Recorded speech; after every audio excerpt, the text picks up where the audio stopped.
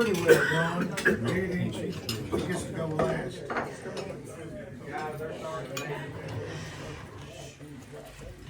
I'll try to speak loud enough so that you can hear. Welcome, everybody. I want to call Steve Thurman to give the invocation, please. Pray with me, please. Father in heaven, we're thankful for this day, for the blessings of life, and for the blessings of this community. Father, I'm thankful for those who care about this community and strive to make it better. Father, I pray that you'll be with us as we have this meeting, that every word that is said, that every thought that is had will be acceptable in your sight. Father, I pray for those in our community who are sick, and I pray for those who are bereaved at this time, that you will be the great healer and that you will be the great comforter. And now, Father, I pray that you'll bless the food that we have received, that it will nourish our bodies and will serve you better. In Christ's name, amen. Amen. All right, opening remarks. Gary Brody is the job he has now. He's out of town at the national convention.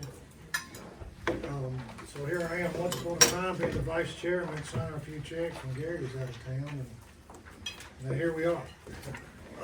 So today, my expectations today, I want everybody to stay on topic. Please don't interrupt somebody else if they're talking. Can't hear you back there. I'm talking as loud as I can. Stay on topic, don't interrupt, let's be civil, and that's my expectations. I want to welcome Jim DeCesare here. He's 2.5 days into a part-time job, and he's already put in more than 20 hours. But I think most of you have either talked or gotten an email or something from Jim. Most of you know him. We welcome you. Glad you're here. We need a guiding hand. Thank you. And I want to give a shout out to Judy Burke. She's been tasked for the last few weeks with a monumental amount of work.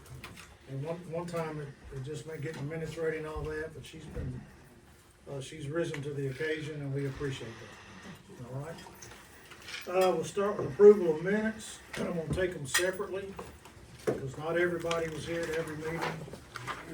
So you should have a copy of each one in your folder. We'll start with January 10th. You should have gotten a copy ahead of time. Give you a minute to look over them, and then I'll entertain a motion to approve. And Jim's an expert on parliamentary procedure, so now I'm nervous. But I told him to interrupt any time. I'll make a motion, I've already reviewed them. Okay. I'll second. You got a second? You take your choice. All in favor, say aye.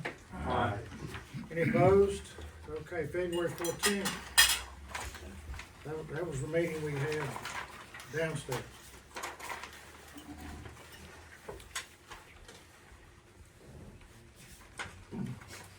We really didn't conduct any business that day. Make a motion on that. All right, Darrell, I'll second. Wendell. All in favor? Aye. Any opposed? Judy, And you abstained, you weren't here. Special call meeting last Thursday, March the 7th. And I don't know when, Judy, I don't know when this went out, when we got a copy. It should have gotten it yesterday. Okay, along with all the others, Yeah. okay. All right, Move to approve. all right, March 7th, second, Wayne Goodman. All those in favor, say aye. Aye. Any opposed? Okay, so the treasurer's report for January. And generally, we ask Judy and our executive director, but we got a new one, so. Yeah. Not quite up to I don't think there's anything. Everybody scan it, and if there's anything that jumps out, we'll ask. If we don't have the answer, we'll find it out. Mostly it was just paying the bills, and, you see, there were some checks written to, for the industrial luncheon that happened in December. At the high school. Yes.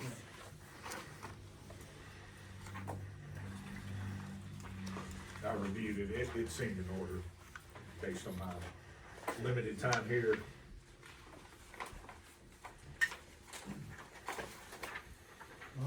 Same when someone's ready, we'll move along, but take all the time you want.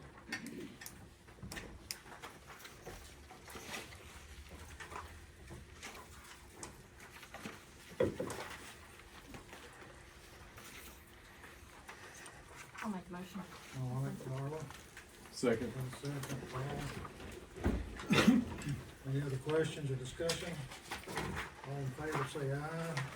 Aye. Any opposed? And is February in here? Okay. February's financial statement.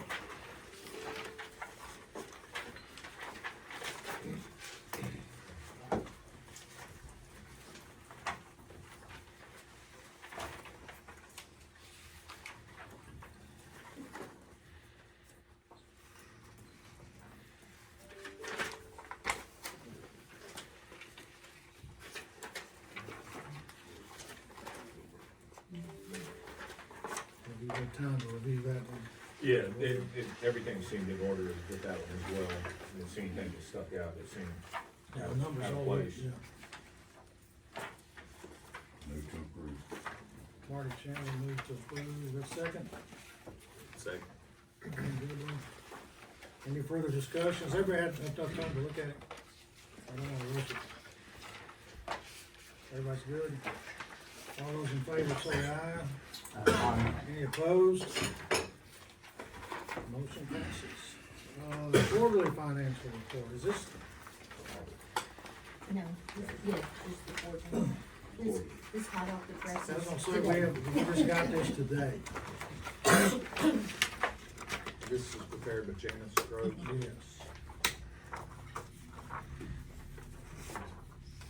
And this is for September through December of the current fiscal year.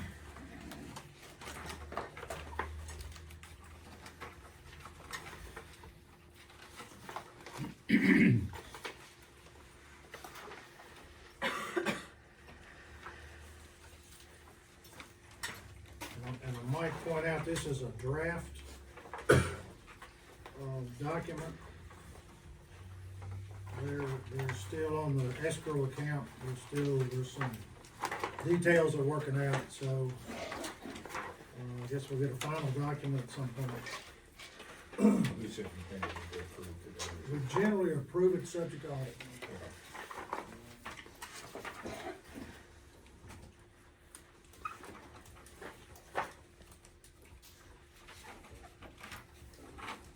And I'm still reviewing financials, so I'm not quite up to speed yet.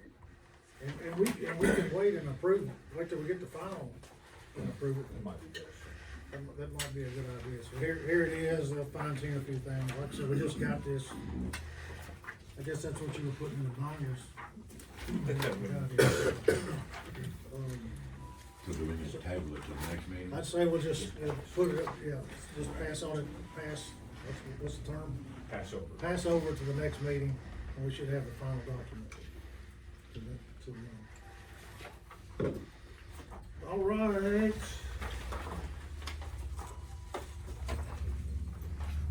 Unemployment rates. I don't know if anybody wants Can to. I talk about this just a little bit? Absolutely. So typically, I was hoping somebody would. the January numbers aren't out yet for unemployment, but if you look, at the December numbers, they're relatively the same month over month with very little difference. So one of the things that I typically talk about is the participation rate. I think that's a more important number than the unemployment rate. And I went and pulled the numbers for the participation rate, and they only do it by state, so I can't get the county, but it's, a lot of times they're in line with each other. But right now, our participation rate is 56.5%. So that means 16 and older individuals who are able to work, 56.5 are working. And then you have 23 and a half, or excuse me, 43 and a half that aren't. You gotta keep in mind that some of those individuals are disabled, could have some mental illness, and there's some contributing factors. But the point I like to make with these numbers are that it's still too low. Your sweet spot in the perfect world, it'll be close to 70% participation rate. And if you look at the numbers going back before the pandemic, we still are we are below pandemic level numbers across the state with the participation rate. So a year ago, it was 57.1 in January, so we're even lower than we were a year ago at this time. So that's the number I pay the most attention to when I'm looking at unemployment numbers. If your unemployment numbers get high, that means that we're in some economic issues. But when your unemployment numbers are low, and Steve, you know this, that means there are jobs available and there are opportunities out there. But if our participation rate number is too low, then we don't have enough people going back into the workforce. And so that's my 2-minute spiel on unemployment and participation rate. Now, that's not just Kentucky, I mean, that's not, those numbers would be similar in other states too, would you think? No, Kentucky is traditionally one of the bottom 5 Okay. for participation rate. And there's a lot of factors that are involved with that. But typically Kentucky, Mississippi, West Virginia, you know, the usual suspects are the ones with the lower participation rate. So the 56, that is just in adults over 16. It's anybody, working population age, yeah. And then it's adjusted seasonally as well. There's a seasonal rate, because sometimes during the holidays, you have more people taking other jobs and things like that. That's the true participation rate number as of today. And that's from the federal government. I pulled that right off their website. Any idea on how many of those work for cash? And would there be another percentage that's There, cash? yeah, there is, so that 43.5%, that where your cash workers fall into. So you do have a cash only workforce out there. It may seem like there's more people working, but the cash are not reporting, and you know, that's a whole other issue that I can't get into. That's not my role. But I do want, I will follow the participation rate, and I will update you regularly on where that is, because we do have to figure out ways to get more people into the workforce. And I know with Sky CTC, city and county governments, Brad, you know, everybody's always working on workforce and how we can do better to get more people back and retraining and reskilled and all that good stuff. I think wages could be a reason. Some of those other states are larger, they're paying more money, so people. Typically, it's not wages, it's what types of benefits are available from the state, financial assistance programs. Kentucky has some of the more lenient programs in the country, so you go across the line. People don't have to work then. Yeah. That's bad. There's opportunities for people not to work and still make money. Well, and one of the things we're also seeing is that females have not gone back into the workforce from COVID on, like they were prior to COVID. Part of that is childcare. Childcare is huge when you start talking to the female workforce. The other thing that we should be interested in is the fact that in Simpson County right now, we're pulling a lot of refugees into our workforce. And I mean a lot. And there is a difference in refugees and migrants and all of that sort of thing. Refugees are here like they're supposed to be here, doing what they're supposed to do. And a lot of our industries are beginning to increase that workforce with refugees, which are coming from somewhere else. For us, it's okay because we're getting the occupational tax from them coming into our community. But I just bring it up to say how desperate we really are to find those workers, and Jim's numbers kind of prove that fact. Yeah, I pulled up the commuting patterns this morning. Now this is from July, or from June. That's the latest report that's available. But we have right at 4988, nearly 5,000 people coming into the county to work each day. And then you have 4,790 people leaving the county each day to go to work. And then you've got about 2736 that are staying here. So we actually have more people coming into work in Simpson County than leave each day. So, and that's the most recent data that's available that I pulled out. But when we talk to site selectors and industries, you know, about expansions or whatever, a lot of times this is a document that they will pull out first. Jim, Because- would go into detail on the people leaving, what jobs are going to? That's caused them Yes, to leave? I'd just be curious. I mean, that's a detail, I just curious, Yeah. that helps another drill down. so, all jobs, let's see here, commuting out, industry sectors is, top, followed by trade industries, so you're talking HVAC, plumbers, electricians, those sectors. Those are the two main ones, then all other service sectors is about 1,500, trade sectors is 1,300, and 2,111 for industry sector. And then you would have, you know, some white collar stuff in there as well, some others. Any more questions, comments? Thank you. I think, that takes care of the first 5 or 6 items. The only 2 things under my remarks, the interlocal agreement that the city's proposed for the, correct me if it's the Stone Givens Park, is that correct? Where Trader Joe's is. Jim's prepared a synopsis or a summary. Yeah. I'm gonna let him pass out. Let's talk about that a little bit, let's ask our questions, if we decide we wanna take some action today, we So- will, if not, we'll pass over. Okay, to the next meeting. That's appropriate since it's Easter. Yeah, I'm gonna learn. So has everybody seen the interlocal agreement between the city and, the county? If not, I think we have copies here somewhere. Yeah, there we are. But the summary kind of, I think, tells the whole story. The agreement, the way I interpret it encourages economic development, but allows the authority to retire its debt on the land acquisition and infrastructure costs. The city will contribute 100% of the occupational license fee and ad valorem taxes generated for 5 years, starting retroactively to July 1. Is that correct, Kenton? And then whatever the date is that the actual agreement starts. The money can be used to pay the principal of existing debt, but not operational costs or new debt. And the agreement can be extended or renewed upon mutual agreement. And then the rest of the language in there is boilerplate language regarding termination amendments and governing law and severability. So with that said, I mean, I don't see any real issues with it. Talked with Gary about it a little bit. He didn't have any issues with it, but that's your decision to make, the board's decision. What's the dollar amount that they would generate? It's hard to say at this point until revenue starts coming in from the jobs created out there. Is that a fair statement, Ken?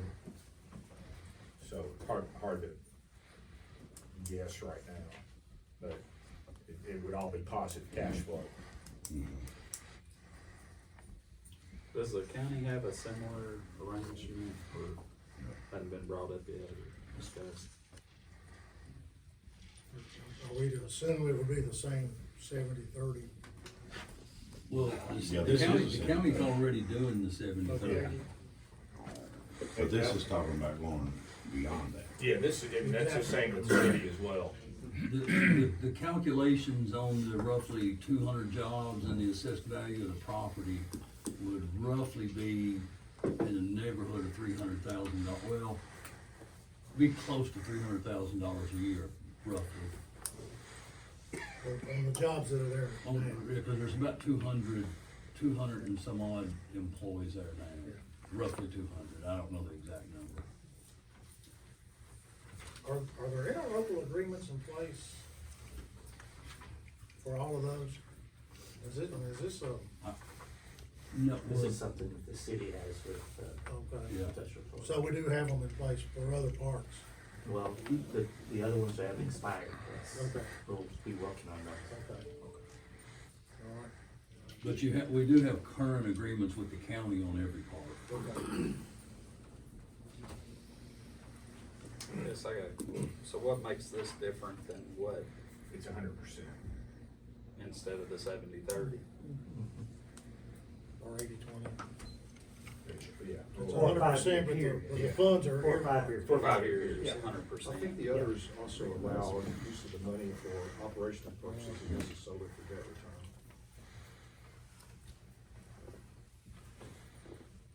So that, if it is 300,000, 5 years, that's $1.5 million that the city is willing to give extra to the industrial. No, I don't think that, it would be above, it would be, what is it, 80/20 now or 70/30? So it'd be 30% more. Okay. No, the 300,000 would be the difference in the 100% of I property got you. tax Okay. and the additional 30% in occupation. Okay. Does this include the insurance premium tax too? Well, some of them have their self-insured and we don't receive Okay. any of that. When you just said all taxes. Yeah, and most big corporations self-insured. Because the majority of that debt that the industrial board has is for buildings that are leased. That the lease is paying the payment on it, correct? Around 15 million of that, 20. What's it, say that again? Around 15 million of the $20 million of the industrial board debt is for buildings that the industrial board owns, that the lease is more than making the payment. So in 5 years, you lower the roughly 5 million that we are carrying on the county's books down to $3.5 million by doing this. Yeah. But when it says incurring no additional debt, you're saying, is it city saying that the industrial board can't do anything from now on, or just with that $300,000 a year? I think it's just with that part. It's just for Just that. the, stuff given first. Okay, and I know at one time it said that in the agreement I seen that you were gonna be co-manager of it, is that still in there? No, Yeah, that's not in here. Okay, no, it's, I just wanna make sure. Yeah, no, that's a good question. And there's no debt on that park right now, is that correct? Well, we don't own it, you know, Trader Joe's on it, so, you know. So, but we can use the proceeds from this agreement on Stone Gibbons to retire debt yeah, in it the other says, parks. yeah, I think it says that too. It says with prior consent, the city some monies may be used to pay interest or on the existing debt. So, it's a win-win in my opinion. So you need a motion on that? What would be, I know 5 years, none of us may be sitting here, but would you think, given the current climate, in 5 years, there'd be a need for 5 more maybe, or not to exceed 20? You don't, you don't wanna commit, all right. Well, Well, like I said, I mean, yeah, it's a crystal ball. that's a You know, whole it new will come election up, cycle, yeah. Discuss it again and. Yeah. Most interlocal agreements have a sunset date on them, and then you go back and revisit them right before, you know, and hopefully get it worked out for it. If it's going correctly, this is my opinion, could be 80/20, you know, it's just a progression type thing, so, don't know. I know we talked about moving it from a 70/30 because the board isn't in a very bad financial shape. I mean, as far as they have a lot of income associated with that debt, that we were hoping maybe in a couple of years it could go to a 60/40 and then eventually get it to a 50/50. And that was what I envisioned the goal of not by no means pulling the rug out from under the industrial board at all. You know, you couldn't just go in and go, okay, we're gonna go from 80/20 to 50/50. I mean, that makes no sense, and it would make it hard on the board. But personally, I'd rather see the $300,000 be used to help fund a full-time fire department as to be put into the industrial. But that's just my opinion. So hopefully one day, you know, that will be something that can be done, because obviously the whole existence of getting the occupational revenue was to do projects and things of that nature that would improve the quality of the community without burdening the community with taxes. to do these programs and things. And there's a good point you made up about, you know, eventually we'd like to see the 60/40. I think, if I can speak for the city, obviously that's been, you know, some of the mindset that we have in the whole onset of having these discussions. That, you know, we'd like to be able to find some balance within what goes out of our revenue as it relates to occupational tax. So I'm glad you made that point, because that's what it's all about anyway, is to help eliminate the burden on the taxpayers to continue to fund projects in these communities, because that's what it was, that's what the occupational fees were generated from the very beginning. Well, I guess my question to you, I mean, when we had the joint meeting, we talked about, you asked where do you get the funding for the full-time fire department? Wouldn't it be better to use there instead of giving it to the industrial board? Well, we could probably talk about a whole lot of other funding that come our way that could be used. But I'm talking And about maybe that that's one something we may specific wanna say for another time. Yeah, maybe getting off topic. a little Yeah, bit. I think maybe we would, you know. So I guess, you know, we can, if there's more questions, let's ask them. I'll entertain a motion to approve, I'll entertain a motion to pass over. We'll take some action here, and one way or the other, and move on. So Ken, you said that one paragraph was taken out. Is there anything else that's changed in that since the original? I thought I realized, I mean, Personally, I'd like to pass over it because I haven't seen the agreement, that's since it's been changed. Is there a motion? Yes. Can I have a second? How long do you have to wait? Something's gonna happen before something dies because of lack of a second. I don't even know that you need a motion, you just pass over it and bring it up next meeting. Okay. That's all I'm asking, just to see the agreement, because things have been changed and we haven't seen the agreement. And I hate to vote on something without I don't blame you. actually looking at it. We're good with everybody? Yeah, and I don't think you've seen it, I mean, you've seen Jim's summary, but you haven't seen the agreement, so maybe we get the original agreement, like Judy just. We have copies here. Right, let's just, if you could just email all of us, that way all of us can look at it, or we can take a copy of it. All right. And Ken, if you don't mind, No, I don't mind. Ken, if you don't mind, I mean, if you have any additional comments to make or to add to the summary, no, feel free to send those. I thought your summary was right on point, so Okay. I didn't see anything. All right, next topic, talking about selling the Jeep Cherokee that we had for Danny to conduct this business. I thought we'd leased it, but I asked, Ann Leslie the other day, and we bought it. Hate that. And I don't know what year it is, I don't, how many miles are on it, I don't, you know. It's been used well. Like a 15, 16, So it's- somewhere along in got there, some years on it. and it had over 96,000 miles. Okay. So, And it had some hiccups too. Yeah. It just recently had a new oil pan something, components. my son's recently had that too, so.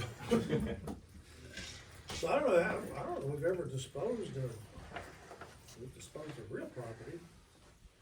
Did we just advertise it for sale by owner, or what, how do we? Well, right now it is at the Hump Ford dealership, to maybe go in their auto auction.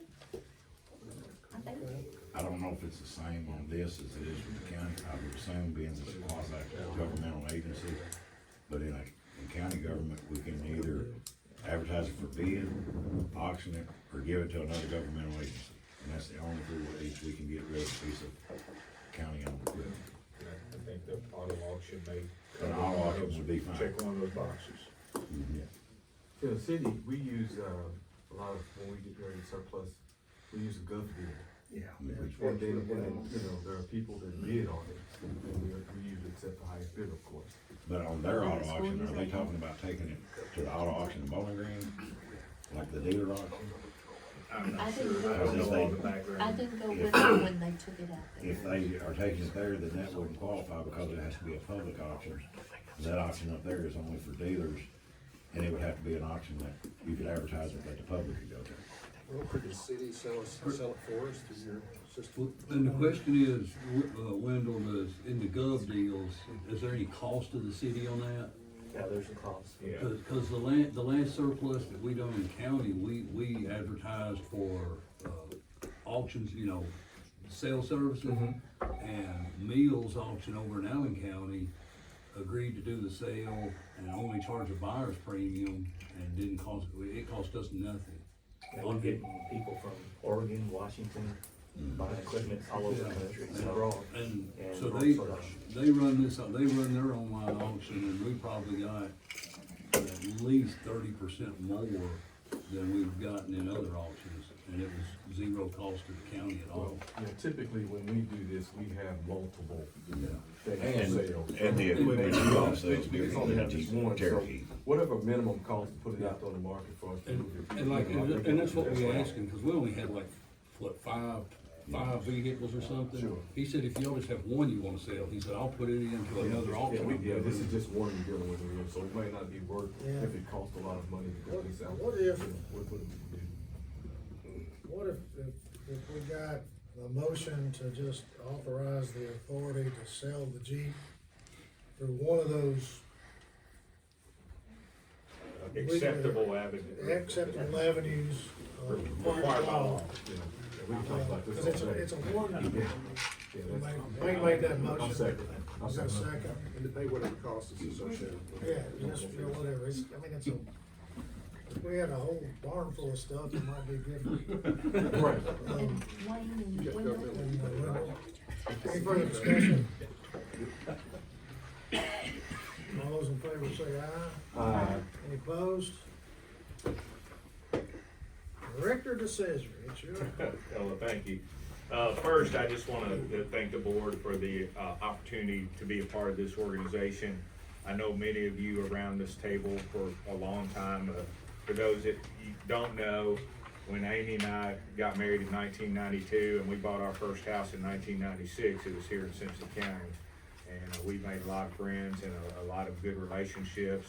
My daughter Brooke, who's now my partner in business, who just had our first grandchild 9 months ago, she was christened right here in the Methodist Church on the square. And that's where I got to know the Thurmans and the Brodys and everybody else. But I'm really honored to be here sitting at this table today. And I know it's been a difficult few weeks. But as I told everybody around here, I'm all about onward and forward. So keeping the train on the tracks and moving in the right direction is what I'm all about. So I'm happy, you all have my phone number. If you need me for anything, feel free to give me a call, shoot me a text. There's no off limits on when you can text me. It just may take a few minutes for me to get back with you. So I'm full of energy and I'm always going. So you're not going through the report here, the 2024 contribution report. This is all new to me.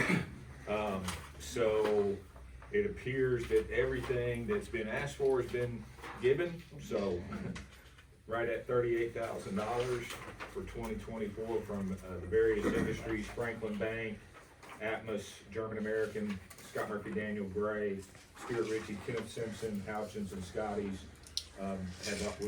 They were asked for certain amounts and they all contributed that amount. So I think that shows that, you know, businesses inside and outside Simpson County are really interested in what's going on here, especially with the industrial authority. So that's a really great thing to know. Did they do that over in Russellville? Yeah, they do. Oh, that's why I never heard of it. It's a little tougher over there, but that's a different story. Any questions on the contribution mandate? And I think as we go along, we'll continue to ask others as well. I mean, we're not gonna limit it just to these great companies and organizations that are supporting the industrial authority, but it's always, I'm not afraid to ask for money. As being in politics for 14 years, I had to ask for a lot, so that's not a problem for me. Any questions? What's that? Do you sing for money? I don't sing, but I'll play drums for money, and I have. hopefully my band will get to come back to Franklin. That's a side plug. So any questions? I'll move on. We didn't cover that in your contract, are we, conflict of interest of being a drummer? I almost asked it to be put in there, but I didn't want to go too far. So Judy has a computer that needs to be replaced, and I've been going through this with my company as well just recently. And we have a quote for a new computer. The money to be used to purchase it will be from some TVA funds that were allocated just for this type of purchase. The proposed price is $27.35 for a new tower, and then a monthly subscription of $20 for Adobe Acrobat, which seems reasonable if anybody wants to see it. Do we need to get a vote on that, or is it just? Probably should, yeah. Let everybody take a peek. Yeah, so as you know, anybody that works in budgets knows that one of the most often forgotten line items is, software, hardware, and all the things related to IT and computers, and occasionally they gotta be replaced because they do wear out, and you wanna get them replaced before they go down and you lose stuff, so. And Jim, being your new, the county has offered our IT person, Alan Wilshire, if you ever need any help, he's really good on this IT stuff, so. I'll need his number. If you need any help with that, he'd be glad to come over and help you get it set up, or if you have any trouble with any Okay, programs or anything. well, I think we got it covered, but, it's good to know to have another tool in the toolbox. Okay. Thank you, sir. It's still in a condition you can transfer, I guess. Oh, yeah, and I'm It's getting close to 10 years old. Yeah. 3 years is about the average replacement shelf life on a computer, as most of you know. Might get some depreciation on it though, since you've had it 10 years. Not much. All right. All right, so we'll need, I feel like we need a motion to spend those funds for a computer. I make that motion, Mr. Chairman. Second. Second, Paul. Any other discussion? All those in favor say aye.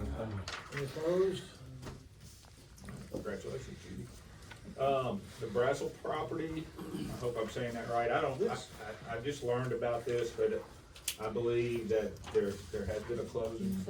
Buddy, go ahead. I'm Yeah, sorry. it was mentioned in the January minutes, we were negotiating the purchase then, there were some title issues that we were able to resolve, and so we did purchase it, we closed on January the 22nd. So we have the deeds, we have the Brazel property. When we were leaving the closing, I asked Denny if he wanted to if you need to get insurance on it, he said, no, we'll probably just tear that property down, tear the building down, so it's not insured, I don't guess, but we own that acre, I think, so exactly an acre on 8 Inch Road. What about liability insurance in case somebody gets? I don't know if you would have that. Yeah, I could double check with Robert, but Just in case. I don't think any action needs to be taken. No, if we were gonna, we may at some point need to hire somebody to tear it down, if we're gonna tear it down. Okay. The next item is a letter to existing industries. After meeting with Steve and Gary and Judy, we thought it would be appropriate to send the existing industries here in town a letter noting that I'm here and that everything is still operating as we're doing business as normal here. So if there's no objections to that, I'd like to get a letter out sooner than later. And then Sherman will be in town next week, and I believe the week after, and we're gonna, where I can, I'm gonna start doing some visits with him as well. The new wage survey is here, and that's gonna be our excuse to go visit folks, so, anyhow, any issues, I don't know if we need to make a motion or anything to do a letter, but I just wanna make you aware that we're gonna do that. I think it's a great idea. Also, Think maybe putting a little ad in the paper with maybe yours and Gary's picture, saying this is a new executive director. And if you would like to come to the fiscal court meeting, I'm sure we would like to, on camera, introduce you, and I'm sure the city commission would like to do the same thing. So, I mean, the more you can get the word out there, the better it'd be, and it's a great idea. Thank you. And I've already talked to the judge and the mayor about approaching the deadline, so just say hello, if nothing else. Put a face with the name, haircut with the name. And Paul really likes your haircut. Always got to keep it there. Oh, yeah, I missed one. He's still there, by the way. The majority haircut. Yeah, he's sadly. 6 of the 6. We would like to move the May meeting to May 15th from May 8th for a couple of reasons. Before I signed on, my family and we're gonna be out of state that whole week. And I believe Judy's got something going on that week as well.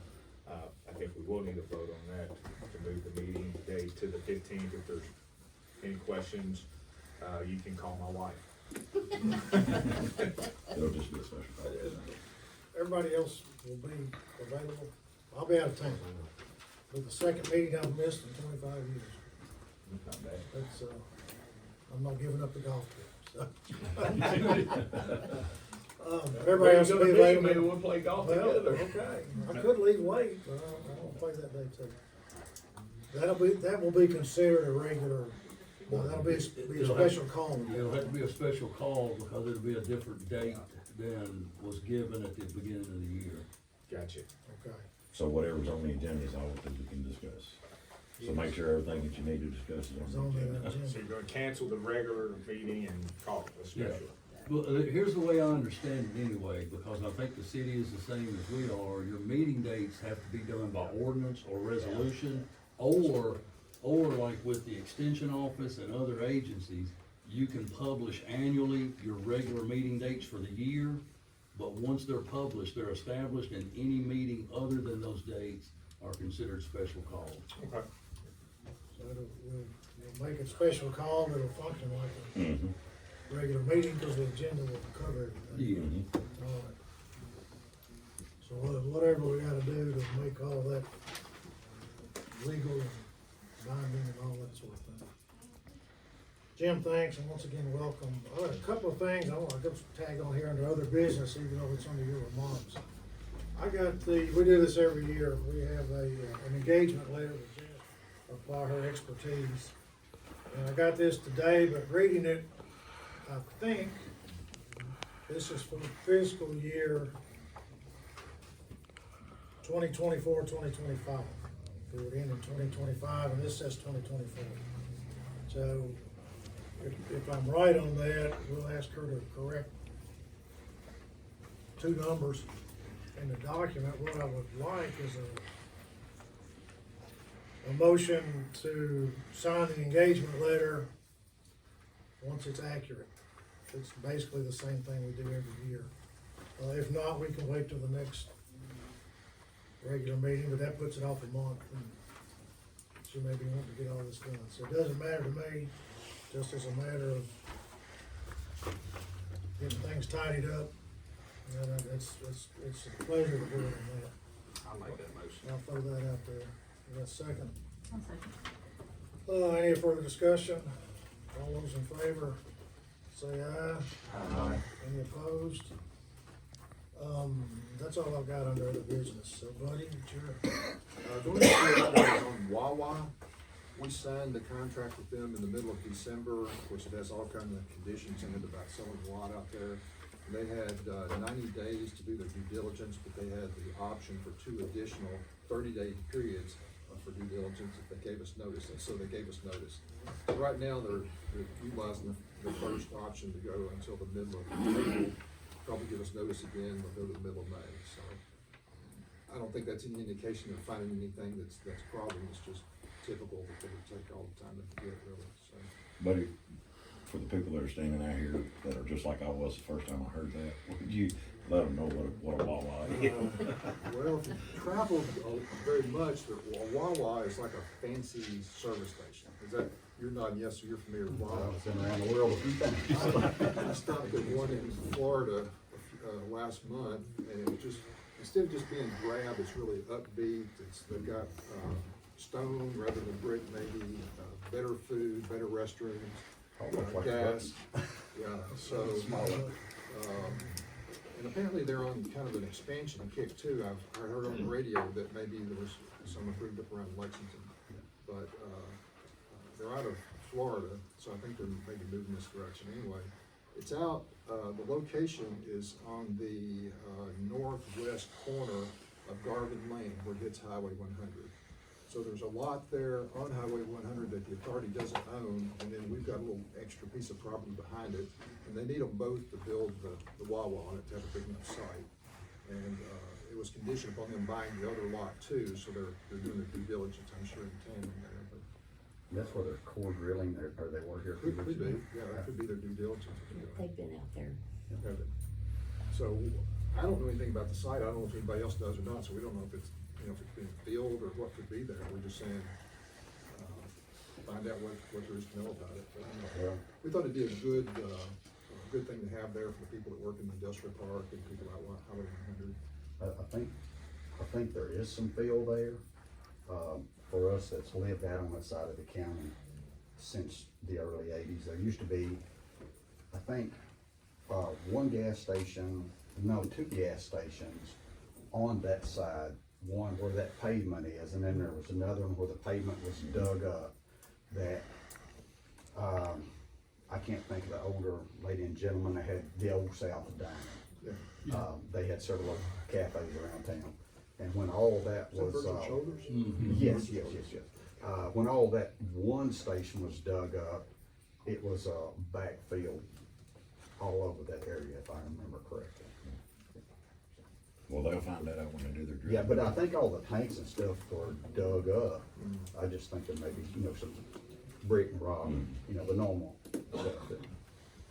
We had a little bit of a legal issue because technically the north tail end of that was part of our lease to the Sumitomo property. And then there's a big bond issue that covers, all of the Sumitomo property, but we've already approached them and Sumitomo's agreed to release that from the lease and the banks agreed to release it from the bond, so all that's falling into place. It's just a matter of whether Wawa decides to take it or not. That's all I have. All right, Judge, your turn. No real comments, but there's family members here, so I'm gonna defer this to them because, Sam Shannon called me on February 29th, asking about what could the authority do to alleviate or help their situation. And I asked him what his thoughts were, and he was talking about getting an appraisal on the property to see what the value would be and see what interest the authority would have in compensating. Is that accurate? We don't know. We're pretty lost because we never knew about Fair Joe, so it was already done. We never got any type of. So I indicated to Sam that obviously I don't get to help make that decision, but I could present his phone call to the board. And I, of course, indicated to him that there wouldn't be a board meeting until this day. So I guess the question is, would y'all have an opposition to the board getting appraisal on the property? I don't have any opposition on it. So maybe just have him write a letter to the board saying, my property's for sale, this is what I want for it, or I'll pay a appraised price or whatever, just, I guess kind of a formal approach. I think the thing is that she is owner of all the homes and land except for my house and my. So Sam's truly not in a position to write. Okay, so it wouldn't be his letter. Right. Does your property, one of your properties, bound the, what was it, the Braza property? There's On the north That's side? the house Sam is in. Oh, the it is? first house is where Sam lives and come down the road and turn up. And my house is the white house, and James is a blue house. It's on the other property. It's really, you need a letter from both of you. Yes, she owns that, a deed to her land. You wanna sell yours too? So You wanna sell yours too? if you could see what's in my backyard. Well, you should It's go let her very too then. uncomfortable. Could we interject here? They have made it miserable for us. I left home today and I've showed a few people a picture that I made from my deck. And they have dug a trench all the way down to my spring from up right down and put a pipe in it. And what are they doing? What are they gonna run in there? Does anybody have any control over what they do? Well, I'd say we really don't, because we don't own it anymore, they own it, but if we knew they were doing something wrong, we could get it stopped. Well, I mean, nobody knows what's going on, they just do what they wanna do. And they build just as closely as they can to the line. And they have this huge building right behind Jan's, and they're building one right behind me now, where they started digging that pipe. And they have been back there, they were back there moving dirt, they would move it and then move it again, they stuck them all last year, and they're still there. So I don't know. Typically, when it rains or heavy pours, it floods my back. Literally floods it, and then it floods into said cave and natural spring, which is dangerous because of the animals that go down there. Well, we expect them to be good citizens, so if you have a problem, you know, let us know, we can Well, deal we with do it. have a problem. We do, we just, I mean, we're not just here Yeah, I do arguing too. fuss about it, it's that way. Would this be, do we need to contact planning and zoning? And have them send Well, if somebody they're out? not, yeah, somebody. The city can follow up, we'll find out, Okay, and we'll do a site visit. We'll just do a site visit and from that we contact. that's great. Rhonda, you got the same issue with runoff I heard yesterday, you have some runoff? Yes, I had issues too, so- pictures where my home was flooded. They had went to the top of a buffer that they done with all the dirt up, and they put this grass on it, and now they've dug over half of that out, and they went to the very top and dug a hole, and they dug a ditch that comes down towards my house, and I've got pictures of that. Okay, so, all I'm saying is, when the city goes, let's cover all the bases. They've been doing a lot of that behind us, digging holes and, I don't know what they're digging for. Can I get with you on that later? Basically, just to answer your question, maybe, yes, I guess we would be okay, you know, if we get a appraisal of it, but we will also get a couple of our own. Absolutely. And, you know, then maybe we can sit down and talk about that. Like I said, Sam just called me, and I said I would mention the phone call to the board, and that's all I can really do, because I mean, I can't make a motion to do it, I can't vote to do it. But I do think it's a fair thing to do and take a look at if y'all have a willingness, but according to legal counsel, I guess he would need some kind of, the board would need some kind of documentation from you that yes, you do have a willingness, a desire to sell, and you're okay that we apply for appraisal, is that correct, buddy? And I think you just get your appraisal and present it to us, and if it's a bona fide appraiser that we're familiar with, we might not even need it. Yeah, because all anyone in the state of Kentucky that does an appraisal is gonna have to be a certified appraiser, so they're all gonna be pretty close to the same, so if y'all are thinking to get your own appraisal, that'd probably be the best route anyway. But I would ask them to get it appraised as if it wasn't in the middle of an industrial park. exactly, Thank you, Mark. thank you, Because because I've that's been, our problem I've been now saying is for 4 or if 5 it years goes- exactly what you are saying right now. I was saying the same thing about the Brazil property. That property got surrounded by an industrial park, and I totally understand where your concerns are. And the big thing we're scared of is, she's been out there 50 years, I've been out there 30. Now, my home is the smallest of the three. She's a 5-bedroom, my son's a 4-bedroom, mine's a 3-bedroom, all with 2 baths. We can't go out and buy, I have a basement and upstairs, and 3 bedrooms we can't go out upstairs. and buy what it took us to build all these years to have. At the cost of living now and the cost of building, I mean, if you put $150 per square foot, that's not gonna come out to our favor because we've been surrounded by, like he said, we've been surrounded by, nobody's gonna wanna be out there.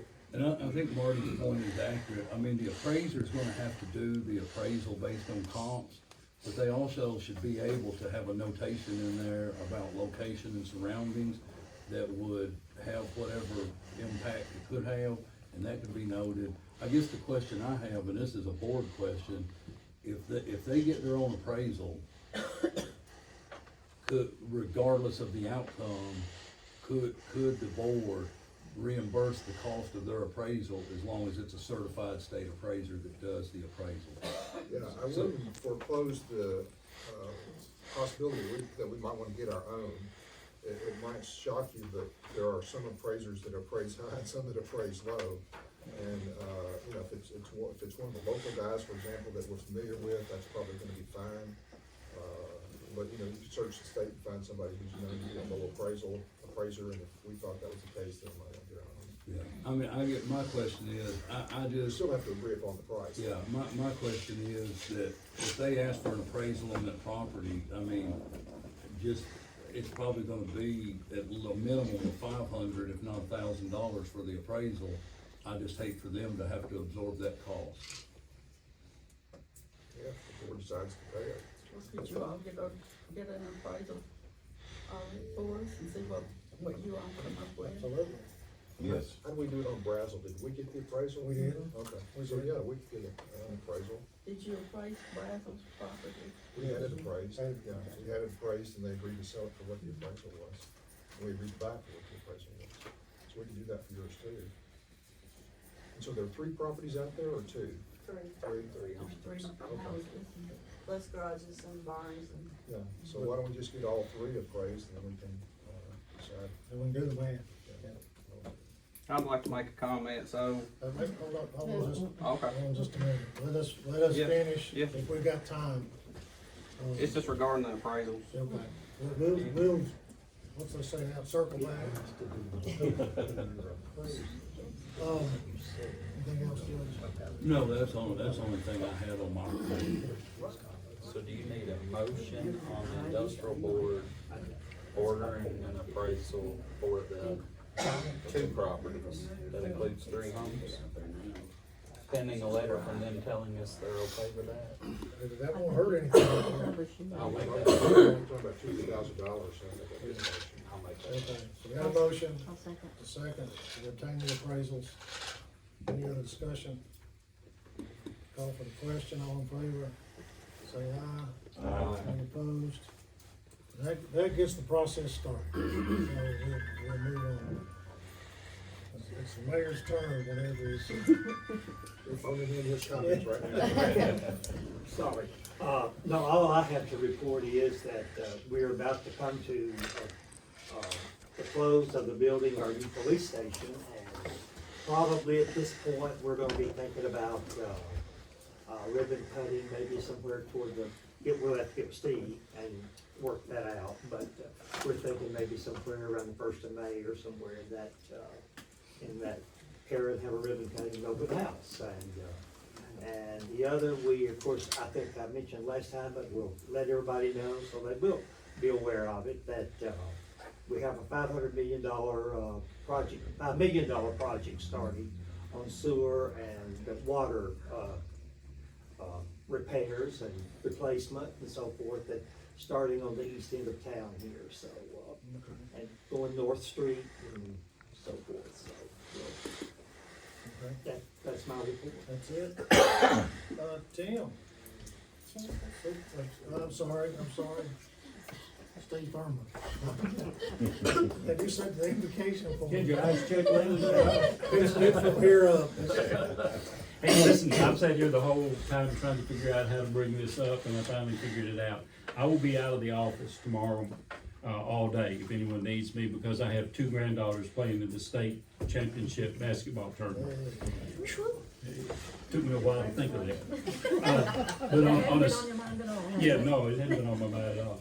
On a serious note, this afternoon at the Boys and Girls Club at 4:30, we will be cutting a ribbon on their new STEM project. Our Boys and Girls Club actually was fortunate enough to get one of the Cal Ripken grants to put a STEM lab in the Boys and Girls Club. If you don't know anything about this, there are 27 Cal Ripken grants that were put across the state, and we were one of the 27 to get that. This is a really big deal for the Boys and Girls Club, so I invite not only the board, but all of you out there to come by and see what's going on at our Boys and Girls Club, 4:30 this afternoon. That's my Is report. Cal Ripken the baseball player? Yeah, He has a foundation that has this kind of. it's his foundation. Is that in some partnership with TVA as well? It is a partnership with TVA. I'm not sure what exactly the split is or what they do, but, TVA is who we are working with to do the ribbon cutting. So refreshments, you get to see what you'll see kids there, which is a big thing, and you'll also get to see what the kids are doing with this STEM lab. Big deal. That all goes back to our workforce conversation earlier about getting these kids thinking about career and getting them trained and to take over some of these roles that we have in the community. Also, Will it be on the side, or in the front? It'll be inside. I'm not sure exactly where inside. I'm gonna assume, as you go in over to the right, but I don't know that.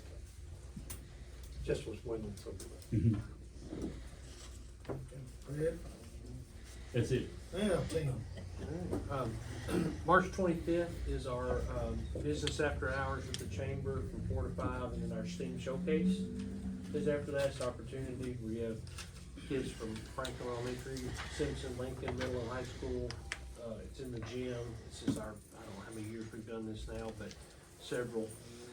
But from 4 to 5 will be the business after hours, and then at 5 o'clock to 6 o'clock the STEAM showcase. We're about 2 weeks away from spring break, that first week in April. Everybody's looking forward to that. We're gearing up for spring testing. The juniors took the ACT yesterday, and then in first middle of May, all the other schools will gear up for their testing. Construction wise, auditorium should be done hopefully mid-May when they're shooting for. I still think it'll be mid-June, but they tell us mid-May. But that's what we're shooting for, and we're in the process of, you've heard me say this before, we received a little over $4 million grant from the state for a layback grant, and we have started the plans with our architects to completely remodel the Career Tech Center at the high school, and build an addition for our alternative school on the end for our West Campus students, and then also looking to do a Simpson Elementary project. My goal is to get the traffic off of Wick Road. We think we can, but that's our hope, is to be able to redo that parking lot and entrance so that the traffic is on. If you've ever been around Simpson Elementary from 2:30 to 3:15, 3:20 in the afternoons, it gets extremely backed up. Roughly about 128 cars, I can tell you I've counted them about 15 times now. We can put 78 in the parking lot and 25 going each direction, but it just completely bottlenecks all traffic there. So we hope to be able to get that project off the ground and be able to get that traffic off of Wick Road and stack all the traffic on our property. We hope so. That's about it. All right, thanks. I'm gonna circle back to Michael because he told him I would, and then we'll entertain a motion for adjournment after that. Some of us may hang around. I know I gotta get back to work, but you were gonna say one other thing. I had some others speak, but I had to move on, so. I guess my question is for people here in the hallway.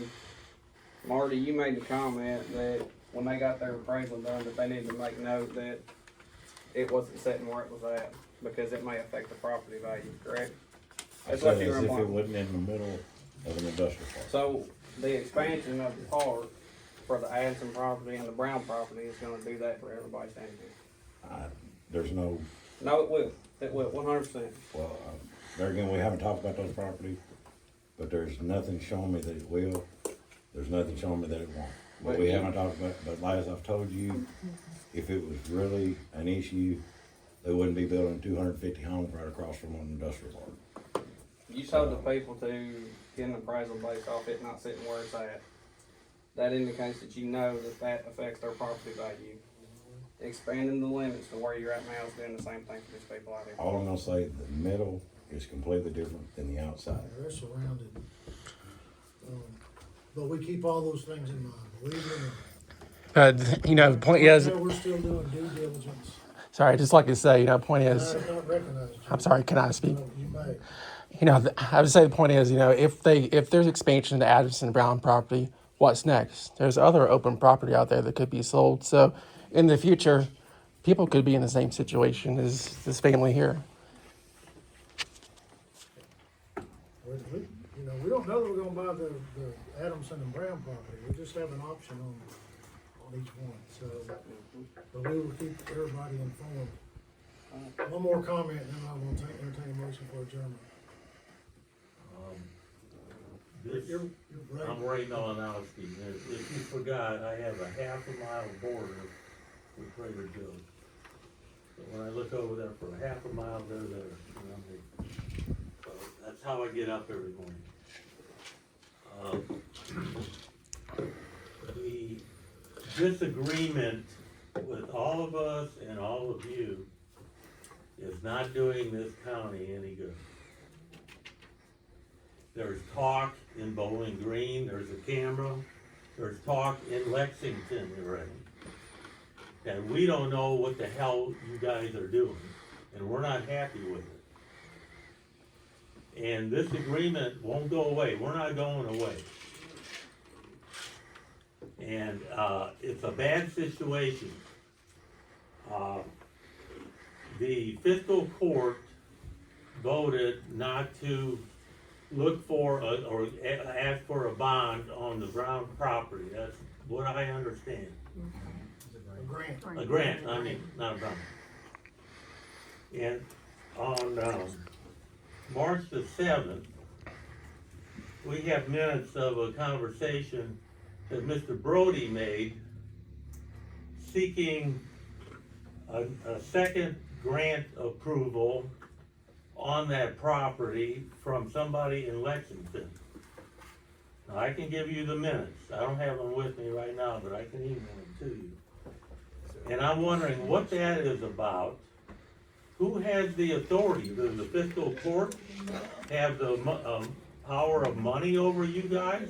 What's Mr. Brody going around asking for a $1.75 million bond for that and some improvements? I would say email us the minutes, cause I have no idea what you're talking about.